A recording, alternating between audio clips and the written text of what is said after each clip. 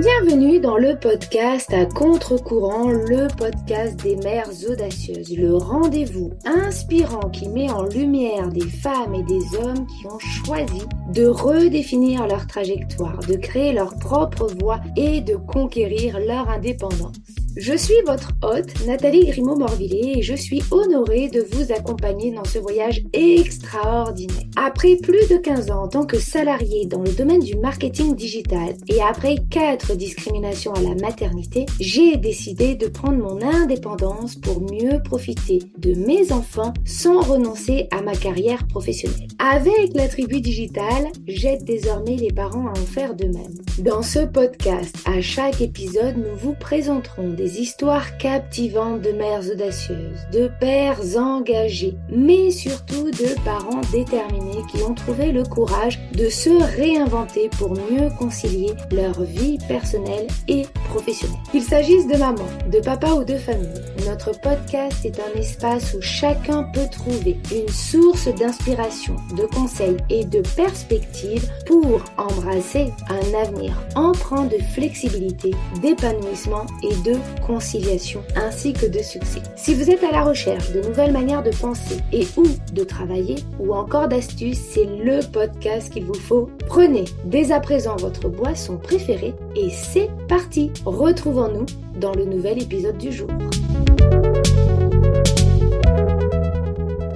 Bonjour à toutes et à tous et bienvenue dans notre podcast à contre-courant, le podcast des mères audacieuses. Aujourd'hui, j'accueille une femme qui a fait le choix courageux de se remettre au centre de sa vie, notamment après une période de burn-out qui aurait pu la briser. Elsa est antillaise, maman, fonctionnaire et elle a longtemps porté ce costume de bonne fille, de bonne employée et de bonne campagne, jusqu'à ce que son corps et son esprit disent stop. Ce moment de rupture, elle a décidé d'en faire une force, elle a osé se choisir malgré les injonctions culturelles, malgré la peur du regard des autres, malgré la honte qui l'a d'abord paralysée. Alors, dans cet épisode, elle nous partage son parcours inspirant, comment elle a transformé cette crise en opportunité, comment elle s'est détachée du regard des autres et pourquoi choisir le positif est devenu un moteur puissant dans sa vie au quotidien. Un partage en toute sincérité que j'ai hâte de vous présenter. Bonjour Elsa, quel plaisir de t'accueillir aujourd'hui dans cet épisode. Bonjour Nathalie, plaisir partagé. Merci pour l'invitation. Avec plaisir, je suis ravie de t'accueillir, mais pour commencer, est-ce que tu peux te présenter à celles et ceux qui nous écoutent? Bien sûr, donc je suis Elsa, je suis accompagnatrice holistique. J'aide les femmes à oser l'égoïsme sain, c'est-à-dire dire non à tout ce qui les épuise pour enfin se dire oui à elles-mêmes et retrouver leur énergie et leur joie. Et je les accompagne grâce au coaching et au massage sonore au bol tibétain. Et à côté de ça, je suis également formatrice dans une école de leadership pour enfants où j'aide les enfants justement à exploiter leur plein potentiel pour pouvoir mettre en pratique l'affirmation je peux tout accomplir dans leur vie. Waouh, alors c'est vrai qu'on avait déjà parlé de l'égoïsme, ça on va y revenir. C'est un terme que j'ai adoré quand tu l'as utilisé, mais on va y revenir d'ici quelques minutes. Depuis quand es-tu maman et combien d'enfants as-tu? Alors, j'ai une fille qui a bientôt 8 ans. Bon, est-ce que tu peux nous raconter comment nous nous sommes rencontrés? Oui, on s'est rencontrés sur une émission de la télé de Lyon grâce à une connaissance commune. Et oui, c'est ça, c'est vraiment puissant de pouvoir se rencontrer des personnes qu'on n'aurait Ah, peut-être pas croisées dans oui, la c'est vraie vrai. vie. C'est vrai qu'il y avait peu de chances qu'on se croise, mais on s'est rencontrés et on a vu qu'on avait des visions communes.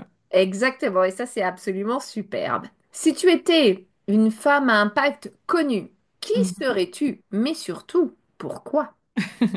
Alors, je serais Mavic Braille. C'est une femme qui m'impacte énormément, que je trouve charismatique. Elle accompagne beaucoup de femmes justement à avoir une vie où elles sortent du statu quo, où elles sortent des injonctions, des conditionnements. Et c'est une femme aussi qui m'inspire d'un point de vue professionnel, mais également personnel, parce que justement, elle a su rebondir. Avec les épreuves qu'elle a reçues, elle a su aller trouver le cadeau dans chacune de ces épreuves et c'est quelque chose qui m'inspire beaucoup. Et oui, en plus, elle est maman de famille nombreuse, si je ne me Exactement, trompe oui, pas. oui, oui, Donc, tout à elle fait pas fait. mal de choses parce qu'elle est coach, elle est auteure, elle est podcasteuse, elle est Ça, conférencière, elle est, je crois aussi coach en potentiel humain, quelque chose comme ça. Et en plus, maman de famille nombreuse. Donc, c'est elle ça. a beaucoup de casquettes qu'elle Multi-casquette, semble. ouais. Et tu te dis que rien n'est impossible quand tu la regardes et qu'on n'est pas toujours obligé de faire dans le dur. Exactement. Et ça, c'est vrai que ce sont de belles réussites pour nous dire que nous aussi, on est capable en réalité. Voilà, il y a peut-être d'autres manières de faire que ce qu'on nous a transmis, ouais. Exactement.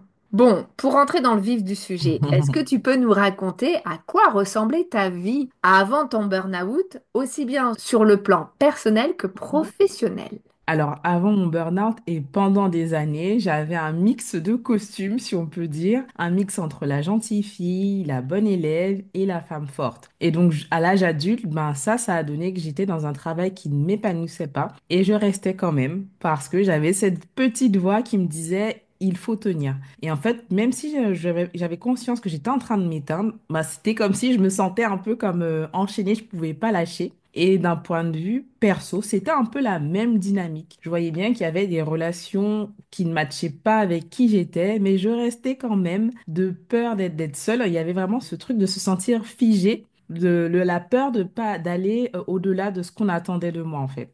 Mhm. Et oui, et c'est vrai que on a souvent été éduquées, nous les femmes, à être la bonne élève, à pas faire trop de bruit, à être bien Exactement. habillée, à être jolie, mais voilà, pas trop dans l'action, etc. Et ça donne aussi bah, des adultes où on se dit, bah, on est la gentille fille, on C'est est ça. la jolie poupée, on est, et en fait, on n'ose pas se mettre en action et on n'ose pas se dire, non, mais en fait, là, ça me convient pas, tant pis. C'est Je ça. casse tout et je reconstruis quelque chose qui me convienne. C'est ça. Alors, qu'est-ce qui a été le déclic pour toi, c'est-à-dire ce moment où tu as compris que finalement, tu ne pouvais plus continuer comme ça? Alors, j'ai eu plusieurs déclics sans pour autant les écouter. Le premier déclic, je pense qu'il y en a eu d'autres, mais un des déclics les plus marquants, ça a été la naissance de ma fille, où quand je suis retournée au travail, je me suis dit, mais qu'est-ce que je fais là? Ça n'a pas de sens en fait. Mes priorités avaient changé et j'avais vraiment l'impression de retourner dans un endroit que je connaissais pas. Mais bon, Mhm. comme il fallait tenir, enfin, c'est ce que je me racontais, donc j'ai tenu. Et il y a eu ce même déclic quand elle est rentrée à l'école où je me suis dit vraiment, il y avait vraiment ce truc, ça n'a pas de sens. Courir pour déposer son enfant, recourir dans l'autre sens pour prendre le train, le métro et refaire la même chose à 17h, 18h. En fin de compte, on se voit pas, on fait que courir. Je me suis dit, mais en fait, c'est pas ça la vie. Et comme j'ai toujours pas écouté malgré ça, et bien il y a un moment, mon corps m'a dit, bah tu prends conscience, mais tu veux pas faire le mouvement, bah le mouvement, je vais le faire pour toi. Et il y a eu le burn-out où là, je me suis bah, arrêtée. Pas le choix, le médecin m'a arrêté. Et là, vraiment, j'ai commencé à avoir un peu plus de clarté. Et donc, j'étais encore fonctionnaire à cette époque. Et là, je me suis dit, en fait, je peux pas y retourner. Si j'y retourne, je vais mourir là-bas. J'avais vraiment comme un instinct de survie. Et là, je me suis dit, c'est bon. Je sais pas ce que je vais faire après, mais juste pour vivre, je ne peux plus y aller. Waouh, donc en fait finalement les différents déclics ils sont Mhm. liés au fait que tu es devenue maman, Ouais, c'est donc à ça, la oui. naissance puis à l'entrée à l'école. C'est vrai que des fois on se dit on n'a pas le choix, notamment lorsqu'on vit Paris, région parisienne, ce qui est ton Mhm. cas. Moi je l'ai vécu aussi. C'est toujours vite, vite, vite, vite, vite, vite Ça. comme tu dis, il faut déposer les enfants, vite, vite, vite, faut courir Ah aller là là. prendre son train ou prendre sa voiture, etc. En plus il suffit qu'il y ait une grève, un accident, Voilà. etc. Alors là, Tout s'écroule. c'est la catastrophe. Et le soir, c'est pareil. Moi, je me souviens d'une période quand j'habitais encore en région parisienne où c'était toujours la course le soir parce qu'il y avait toujours la réunion qui finissait tard, Ça. mais on n'osait pas trop partir en disant j'ai ma fille, mon fils à Voilà, aller tu vois, c'est chercher. ça. Et en même temps, après, on était en train de courir et puis on arrive en retard. Moi, le nombre de fois où je suis arrivée en retard auprès de la nourrice, alors c'était une nourrice qui les gardait chez moi, mais le nombre de fois où j'étais là en train de m'excuser, excusez-moi, je suis encore en retard ce soir. C'était un peu catastrophique parce que finalement on est tout le temps en train de courir et puis après c'est vite vite vite le soir, faut prendre la douche, faut faire à manger, faut faire les devoirs, faut machin. Et effectivement tu profites pas de la Et tous vie en les fait. jours. Et tous les jours. Et après, tu te dis, mais à quel moment tout ce temps est passé et tu sens que ça te dérange quand même. Parce que tu vois, tu sens que tu aimerais un autre rythme, tu sens que tu aimerais autre chose, mais quand même, tu restes dans ce truc qui te convient pas vraiment, mais que tu connais. C'est clair. Et en fait, tu as souvent l'impression que tu ne peux faire que ça, que c'est comme ça pour Ah, tout le monde, exactement. parce que tes proches, tes amis, etc., Voilà. c'est comme ça pour eux aussi. Donc tu te dis, en fait, j'ai pas trop le choix. Et voilà. Tu te Et dis, ou donc, sinon tu te dis que tu as un problème, que bon, bah, que tu es un peu capricieuse, bah, que tu serres, faut serrer les dents et ça va bien aller. Mais à partir du moment où tu commences à tiquer, c'est qu'il y a un truc qu'il faut changer, quoi. oui, c'est clair, c'est clair. Alors, en préparant justement cet épisode, tu m'as évoqué un sentiment de honte au début de ton parcours de changement. Est-ce que tu peux nous en dire plus? Et puis, comment ça s'est manifesté pour toi? Et puis, peut-être comment tu as réussi à passer outre ce sentiment d'avoir honte de pas rentrer dans le cadre? Bah, déjà, il y avait le fait de s'arrêter. Comme je te disais tout à l'heure, je me disais tout le temps, il faut tenir, parce que justement, je pense que j'associais beaucoup ma valeur à ce que je faisais. Et donc, à partir du moment où je me suis arrêtée, bah, c'était comme si bah, je valais plus rien. Donc, clairement, il y avait vraiment ce sentiment de honte et je disais beaucoup le regard des autres, mais je pense que c'était plus mon regard sur moi-même. Je me jugeais en fait. Le fait de me dire, bah, en Mhm. fait, si tu fais plus rien, ça je le dis avec le recul, hein, mais sur le moment, j'avais pas conscience de tout ça. Si tu fais plus rien, bah, tu n'es plus rien. Alors, et encore. Faire rien, ça n'existe pas. J'étais en Oui. train de me reposer, mais à l'époque, bah, c'était plus, bah, tu fais pas ce que tu as l'habitude de faire, t'es pas là où on t'attend, donc ça va pas en fait. Mhm. Ce qui a fait que j'ai surmonté ça, je pense il y avait vraiment cet instinct de survie qui était vraiment plus fort. Il y avait quand même la honte et la peur du regard de l'autre, mais on va dire que un petit peu plus fort, il y avait quand même ce désir de se dire non, je veux plus ça. Donc j'étais un peu tiraillée, mais quand même, je m'écoutais petit à petit. Et puis après, à force de m'écouter petit à petit, bah, la fenêtre est devenue plus grande et la honte, la peur se sont abaissées et l'envie a pris la place en fait. Mhm. Ben, c'est vrai qu'effectivement, j'ai beaucoup de femmes que j'interviewe lorsqu'elles font un burn-out, qu'elles ont cette honte du genre, ben, en fait, je suis pas capable de Hmm. faire ce qu'on attend de moi ou de faire ce que la Oui. société attend. Et en fait, c'est pas je suis pas capable, c'est qu'en fait, ce qui est demandé n'est pas dans les valeurs qu'on Bien porte. Et sûr. donc, du coup, c'est difficile de faire quelque chose pour lequel on ne croit pas ou pour lequel on ne partage pas les valeurs. C'est ça. C'est pour ça que la flamme s'éteint petit à petit jusqu'à des fois le corps lâche parce qu'on veut pas, enfin, on veut pas comprendre. Si, je pense qu'on comprend, mais on fait genre qu'on comprend pas. Et donc le corps, il dit, bon, bah, tu veux pas te mettre en action, bah, donc je vais me bloquer comme ça, tu vas plus avoir le choix. Mm. Ouais, c'est clair.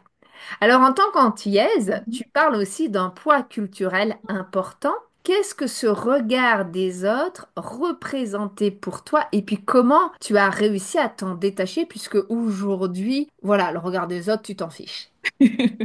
Bah, pour continuer avec ce que je te disais tout à l'heure, c'est qu'aux Antilles, on a un peu une sorte d'archétype, si je peux dire, c'est la femme potomitan. Donc, c'est vraiment la femme pilier qui porte tout. Mais quand je dis tout, c'est absolument tout sur son dos. Peu importe son état, peu importe son bien-être. Et donc, Mhm, bien sûr, il y a du bon dans cet archétype-là parce qu'elles sont résilientes, elles sont vaillantes, elles y vont. Sauf que à tout prendre sur son dos, c'est destructeur. C'est des femmes qui mhm, vont pas communiquer leurs émotions. C'est des femmes qui vont se sentir esseulées, qui vont être anxieuses. Et malheureusement, c'est encore un modèle qui est valorisé aujourd'hui. Limite comme si c'était un trait de caractère chez les Antillaises. Mais non, en fait, à partir du moment où ça détruit ta santé, c'est pas un trait de caractère, c'est une réaction à quelque chose. Et donc, quand je décide de m'arrêter, c'est comme si j'allais à l'encontre pour moi de tout ce qu'on m'avait transmis jusque-là. Donc, il y a, comme je te disais tout à l'heure, il y a cette part qui s'écoute, qui est contente, mais il y a aussi cette part qui se sent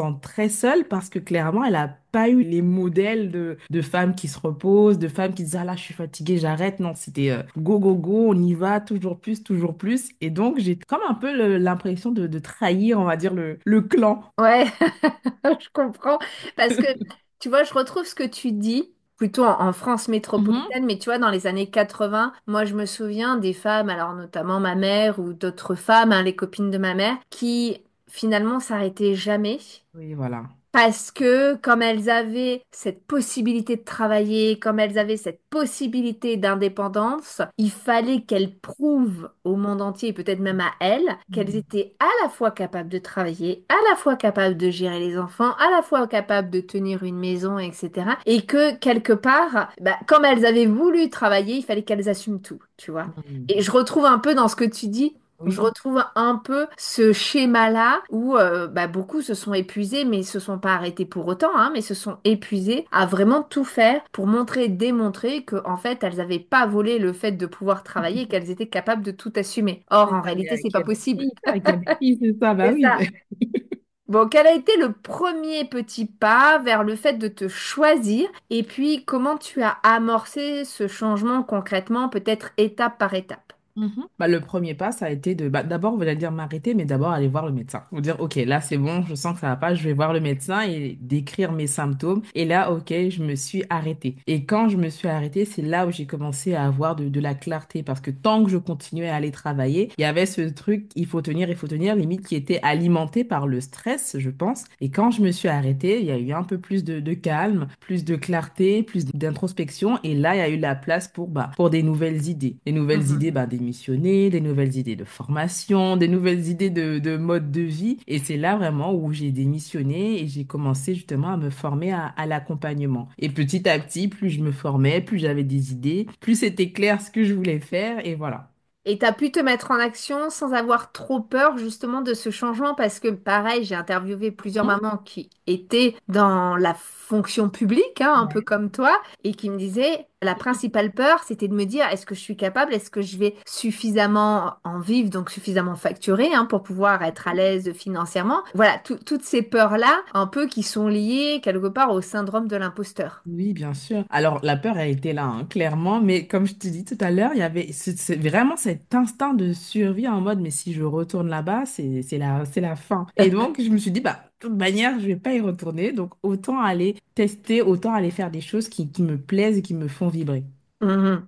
Aujourd'hui, en regardant en arrière, quels sont les bénéfices que tu as retirés de ce chemin qui finalement t'amène plus d'alignement avec tes Mhm. valeurs, mais aussi plus de liberté? Alors, liberté ne veut pas dire qu'on n'a pas de contraintes, hein, ça veut Bien juste dire qu'on sûr. va choisir ses contraintes. Exactement. Alors, je dirais déjà moins de stress, comme je te disais tout à l'heure, pas courir le matin à la garderie, dans les métros, dans le train, commencer ma journée en déposant ma fille à l'école. Vraiment, c'est vraiment un bonheur. Pour elle, ça paraît normal, mais ah non, tu sais, il y a des enfants, c'est pas comme ça. Ils ont garderie le matin, garderie l'après-midi. Ouais. Donc, c'est vraiment un mode de vie, vraiment, c'est un mode de vie qui me convient. Et je suis plus à l'écoute de moi-même, donc plus à l'écoute de mes besoins, plus à l'écoute de mon intuition. Je sais quand ça me va pas. Et en fait, quand je fais ça, je me respecte beaucoup plus. Et je me rends compte que bah, depuis mon burn-out, depuis que j'ai changé de voie, bah, j'ai plus confiance en moi parce que je prends conscience de ma valeur, parce que justement je me respecte et j'ai ma vie qui ressemble de plus en plus à ce que je veux vraiment et non pas ce qu'on attendait de moi ou ce qu'on aurait bien voulu que je fasse. Mhm. Et oui, et ça change tout, puisqu'effectivement, avoir une vie qui nous ressemble, C'est ça ça. nous donne de l'estime et ça nous donne de la confiance Exactement. en soi. Et ça donne envie en fait d'avancer, pas avoir Avant, je pensais que d'avoir la boule au ventre le dimanche, c'était normal. Ouais, mais beaucoup de personnes pensent qu'avoir la À boule au 100%, ventre ben le oui. dimanche ou se dire ah, pff, allez encore le Oh là lundi, là. oh vivement les vacances ou Et alors c'est pire ça. vivement la retraite. Voilà, vivement les vacances, vivement le week-end, vivement la retraite, vivement quelque chose qui est pas là maintenant. Et C'est pourquoi ça. pas maintenant en fait? C'est ça. Et pourquoi ne pas vivre maintenant et faire C'est quelque ça, chose qui oui. nous intéresse maintenant et qui nous Exactement. passionne et qui nous mette du baume au cœur, hein, tout simplement. Exactement. Mais c'est vrai qu'on attend toujours à plus tard. Et puis parfois le plus tard n'arrive jamais, hein, parce que Ouais, c'est certaines ça. personnes n'arrivent pas jusqu'à la retraite, malheureusement. Donc ne profitent pas finalement de leur vie. Ouais, ou combien de personnes arrivent à la retraite et tombent malades? Je pense que c'était le Ouais, corps qui a tellement pris sur lui qu'il se dit, ah, enfin, ouais. on peut lâcher. Et puis du coup, bah, il lâche trop. Et combien de personnes, juste après leur retraite, tombent malades, quoi. Ben, c'est ça, et puis c'est vrai que même lorsque tu es en vacances, moi je me souviens du nombre de fois où quand j'étais salariée, Mhm. donc je tenais, parce que de toute façon t'as pas le choix, et puis là tu arrives en vacances, donc tu te relâches, et c'est exactement ça, tu tombes malade. Alors c'est pas une maladie grave, mais c'est Oui, oui, mais t'as quand une même, migraine, c'est t'as une ça. grippe, t'as machin, et en fait tu passes tes 3 semaines de vacances au lit. Voilà. Ouais, parce que ton corps, il était sous pression, il tenait, et puis après, là, il se dit, allez, let's C'est go! bon! Et c'est vrai qu'aujourd'hui, bon, je dirais pas que je tombe pas malade, mais en tout cas, j'ai Oui. plus cette sensation de tomber malade à chaque fois que je prends des Voilà. vacances. Ouais, tu vois. Et après, on se dit, ah, j'ai pas de chance, on en rigole, mais en fait, c'est ton corps qui te dit, eh oh, Mm, là, mm. ça va ça là. C'est clair. Si tu devais donner et partager un conseil à une femme, à une maman qui sent qu'elle aussi, elle s'épuise, mais qui n'ose pas encore se choisir, et notamment grâce à ce concept magnifique qui est l'égoïsme sain, Mhm. qu'est-ce que tu lui dirais? Bah, je lui dirais de s'arrêter, de faire une réelle coupure. Des fois, quand je parle, soit avec des clientes, soit avec des copines, soit avec des connaissances, et je vois qu'il y a des gens qui en peuvent plus, et je leur dis, mais pourquoi tu t'arrêtes pas?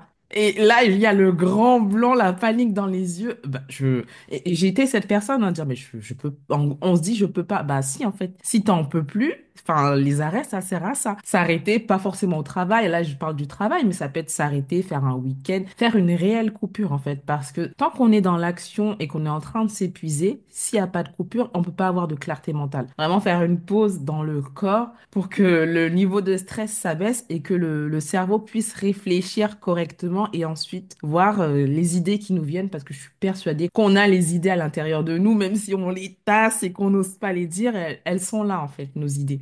Hmm, c'est vrai. Alors, est-ce que tu peux nous parler justement de ce concept d'égoïsme sain que Oui. j'adore, mais je vais te laisser en parler parce que c'est grâce à toi que je l'ai découvert. Bien sûr, en fait, l'égoïsme sain, c'est le fait de se remettre au centre de sa vie, mais pas que. Comme on parlait tout à l'heure des injonctions faites aux femmes qui disent sois gentil, fais plaisir, arrange tout le monde. Donc là, on est dans un altruisme qui est toxique par moment pour les femmes. Et donc, à l'encontre de ça, il y a l'égoïsme sain. C'est Mhm. les prendre on va dire, les bons côtés de l'égoïsme. Je pense à moi d'abord, je me mets en priorité, comble mes besoins, je suis en confiance, mon estime, elle augmente. Et comme ça, quand je viens dans la vie, quand je viens avec les autres, je viens pas en attendant que les autres remplissent mon verre parce que mon verre, il est déjà rempli. Donc, ça crée des vraies relations. Ça fait que je suis vraiment dans ma vie. Je suis pas en train de survivre. Et donc, souvent, cette énergie que j'ai l'impression que j'allais jamais retrouver, je la retrouve parce que forcément, je me suis mise en priorité. Et donc, c'est ça l'égoïsme sain. C'est se dire oui à soi et aussi dire non à toutes ces injonctions qui nous épuisent. Et oui, et c'est vrai que souvent, l'exemple que j'aime bien que tu as donné, qui est un exemple très connu, hein, c'est t'es dans un avion, s'il y a un problème, c'est d'abord tu mets ton masque pour pouvoir aider ceux qui sont à côté de toi, tes enfants ou autres, mais tu vas pas Exactement. déjà mettre le masque, Voilà. quitte à tomber dans les pommes et donc à ne pas pouvoir aider les personnes à côté de toi. Et finalement, Voilà. l'égoïsme, ça, c'est un peu ça. C'est-à-dire Exactement. céder pour pouvoir ensuite être ouverte et aider les autres. C'est ça. Et ça a l'air simpliste comme ça, mais il y a beaucoup de choses à déconstruire C'est pour clair. oser faire ça. Ouais, c'est clair. Surtout que l'égoïsme, souvent on se dit, ah non, mais si je suis Ça fait égoïste, je suis tiquer, quelqu'un ouais. de mauvais, je suis C'est quelqu'un de ça. pas bien, etc. Donc on veut surtout pas être égoïste, en fait. Ouais, mais dans tous les concepts, il y a du bon. C'est pour ça qu'il y a le sain derrière pour dire, Mm, ah oui, il y a un truc à aller creuser. exactement. Bon, merci beaucoup pour ton partage avec ce grand sourire. Pour terminer cette interview passionnante, est-ce que tu as justement une réussite ou un moment à nous partager, bien sûr, en relation avec le sujet du jour? Oui, alors je dirais que mes plus grandes réussites, à mes yeux, hein, parce que chacun a sa propre définition de la réussite, elles ont vraiment été derrière mes plus grands inconforts. Chaque fois que j'ai eu peur justement de dire stop, comme je disais tout à l'heure, il faut tenir, il faut tenir, chaque fois que je l'ai fait malgré tout, eh bien, je me suis libérée. J'ai récupéré mon énergie, j'ai récupéré mon pouvoir, comme on parlait tout à l'heure de l'estime. Et en fait, avec le recul, je suis vraiment fière d'avoir fait tout ça, que ce soit dans le professionnel, dans le perso, quand je me suis séparée, et vraiment pouvoir dire à ma fille, quand je lui dis, bah, il faut être gentil avec toi-même, si on te respecte pas, faut partir, c'est bien beau de lui dire, mais si elle ne me voit pas le faire, pour moi, comme je disais tout à l'heure, ça n'a pas de sens, parce que les C'est enfants clair. vont, ils font ce qu'on fait. Je peux lui Mm. dire, respecte-toi, elle va me dire, ouais, ouais. Mais si elle voit que moi, je me respecte pas, ça n'a pas de sens. Donc, je suis vraiment fière de pouvoir le faire et de, même si elle ne m'en parle pas, je sais qu'elle me regarde et plus tard, elle pourra dire, oui, c'est vrai, maman, je me rappelle, elle avait changé de travail. Maman, oui, elle s'est séparée parce qu'elle n'était pas heureuse. Maman, oui, elle a accompagné des femmes à aller mieux et c'est vraiment ça. Derrière, les plus grands inconforts, il y a eu quand même la fierté de dire, OK, je me suis choisie. Mm, waouh, en tout cas, effectivement, je suis totalement d'accord avec toi. Nos enfants ne font pas ce qu'on leur dit de faire, ils font ce qu'on fait au quotidien. Exactement. Et donc, on est leur meilleur exemple et c'est vraiment ce que tu incarnes avec ta fille. Je trouve ça absolument génial et magnifique. En tout cas, merci beaucoup Elsa pour ce témoignage vibrant et puis sans filtre. Ce que tu nous as partagé aujourd'hui, finalement, c'est bien plus qu'une histoire de burn-out ou de reconversion. Mhm. C'est une véritable leçon de courage. Oser se choisir, c'est souvent le premier pas vers une vie plus libre et plus alignée, même si ce choix peut paraître égoïste aux yeux des autres. Et pour celles qui nous écoutent, rappelez-vous, le regard des autres, c'est un poids que l'on peut choisir de déposer. Vous avez le droit de vous choisir. Ce n'est pas de l'égoïsme, c'est un acte d'amour envers vous-même et envers vos proches. Dans tous les cas, si cet épisode vous a parlé, n'hésitez pas à le liker, le commenter ou même à le partager à une maman qui en aurait besoin. Qui sait, vous pourriez être à l'origine d'un changement radical. Et en attendant notre prochain épisode, je vous souhaite à toutes et à tous une très belle journée, après-midi ou soirée, et surtout, prenez soin de vous.